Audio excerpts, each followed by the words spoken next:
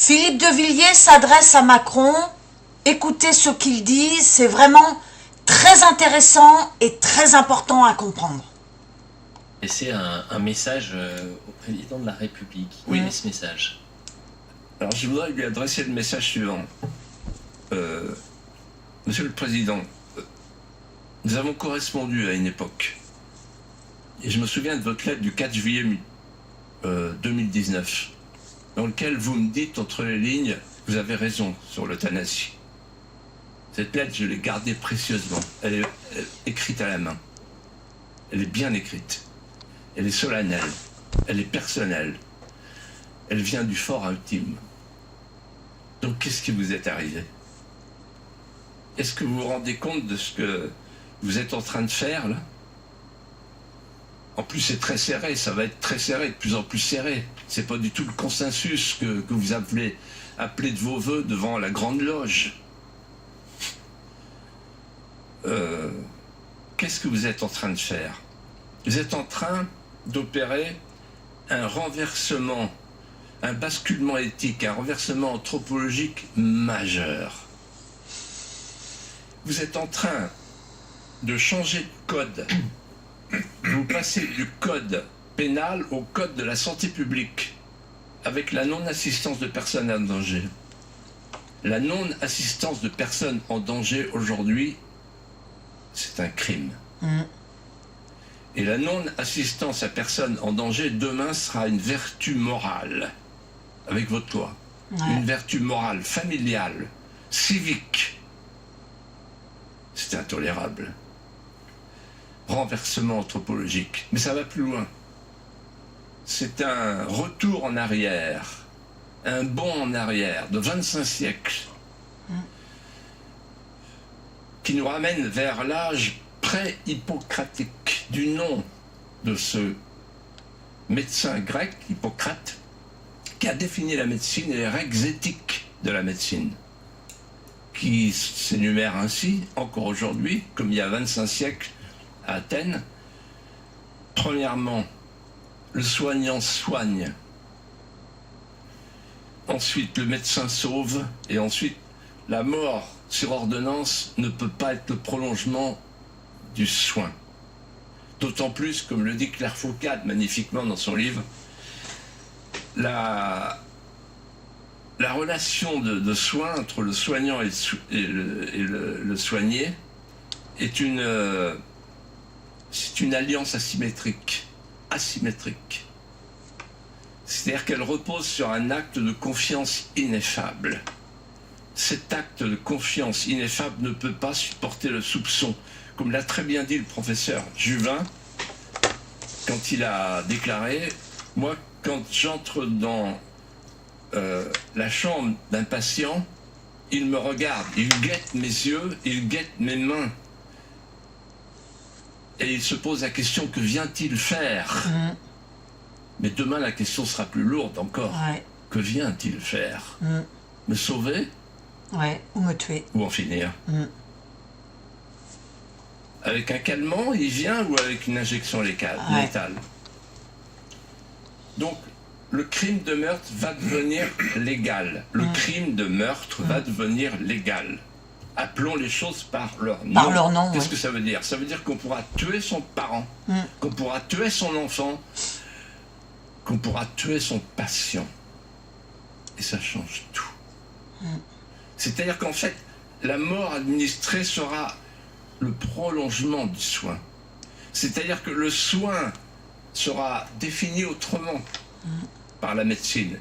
Et déjà, on dit qu'il va y avoir un nouveau métier, les euthanasieurs. Vous vous rendez compte? Avec, dans les hôpitaux, des locaux affectés à ce nouveau métier. En finir. Et dans tous les pays qui ont légalisé l'euthanasie, le crime de meurtre s'est étendu aux enfants et aux handicapés. Il n'y a pas d'exception. Et donc j'en arrive à ceci, Monsieur le Président. Vous mentez. Arrêtez de mentir. Pourquoi vous mentez?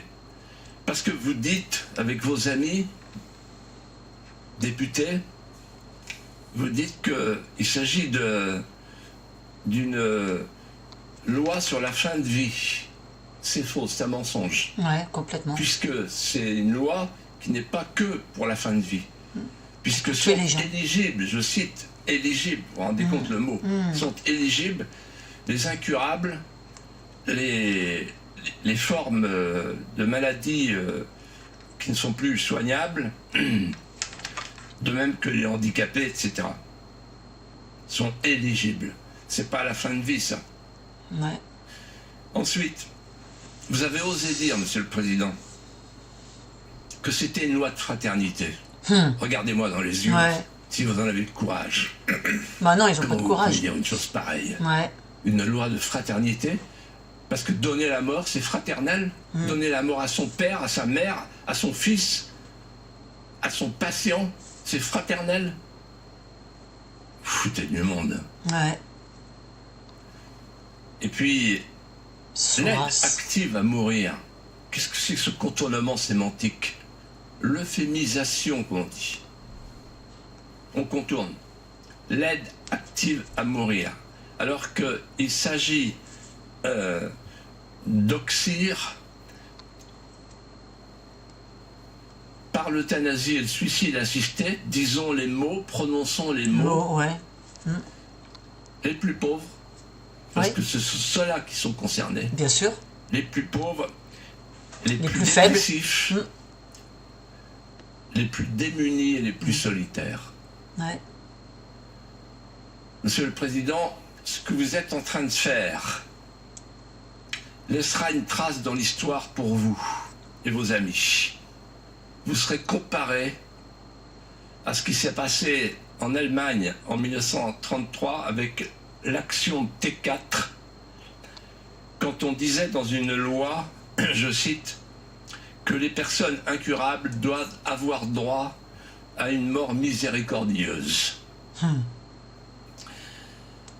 L'eugénisme, puisqu'il s'agit de cela. L'eugénisme, c'est quand on décide qui va mourir et qui va vivre.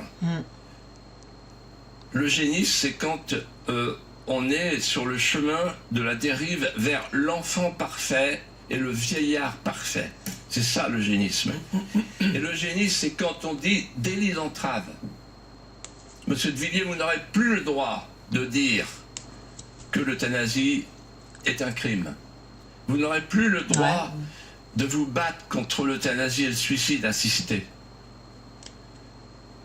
Parce que ce sera illégal et donc immoral. Monsieur le Président, vous avez charge d'âme en cet instant.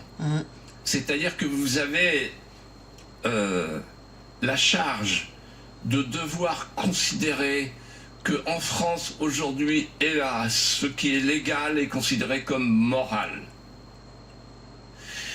Par exemple, aujourd'hui, on ne peut plus dire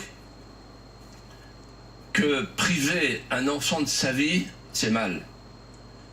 Le dire, c'est immoral. Parce que l'avortement est entré dans la Constitution. Et demain, on ne pourra plus défendre la vie. On risquera la prison. Ouais. Et donc, C'est grave ce qui se passe Monsieur là. le Président, je vous laisse en dépôt Ouais. un mot de Bernanos que j'ai déjà prononcé ici, mais qui a toute son actualité. La civilisation moderne est une conspiration universelle contre toute forme de vie intérieure. C'est ce que vous m'avez dit dans votre lettre du 4 juillet 2019. Je vous en supplie, Monsieur le Président, considérez le pays comme il est. C'est un pays blessé, qui souffre. Il y a d'autres urgences que de liquider les vieux. Ouais. Voilà. Donc vous avez entendu. Alors c'est émouvant. C'est dangereux. Parce que là, vous n'avez pas l'air de vous rendre compte que là, ils sont en train de nous tuer. Délibérément. Légalement. Et les gens ne bougent pas. Moi, c'est ça qui me Parce que personne n'a le droit de décider qui doit vivre ou mourir. Sur Terre, il y a des maladies, oui. Il y en a qui sont plus touchés que d'autres.